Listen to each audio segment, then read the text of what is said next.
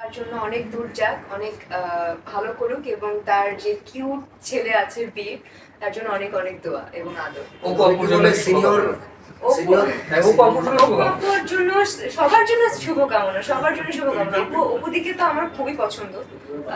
সে আমার মানে নিজের বড় বোনের মতো, সবসময় খোঁজ নেয়, সবসময় খবর রাখে।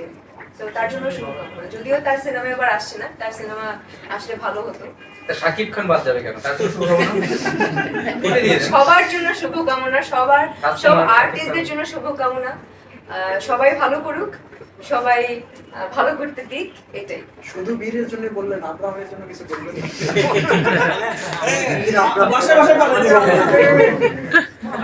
এটা খুবই বাজে করছেন না আপনারা? বাচ্চাদেরকে নিয়ে এরকম বীর, জয়, যারা যেই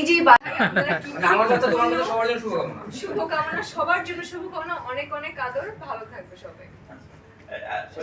শেষ তো আমার একটু কিউরিওসিটি যেটা হচ্ছে যে আমরা সাজগোজের অফিসে কেন, মানে ওটা তো শুরুতেই তো বললাম যে এবং প্রত্যেকটা পোস্টের সময় সাজগোজেরটা লিংক করে কিন্তু কথা তুমি যে সাজগোজ দিছো আজকে তার শেষ। ঠিক আছে, ওকে। ওইটা তো শুরুতেই তো বলে দিলাম।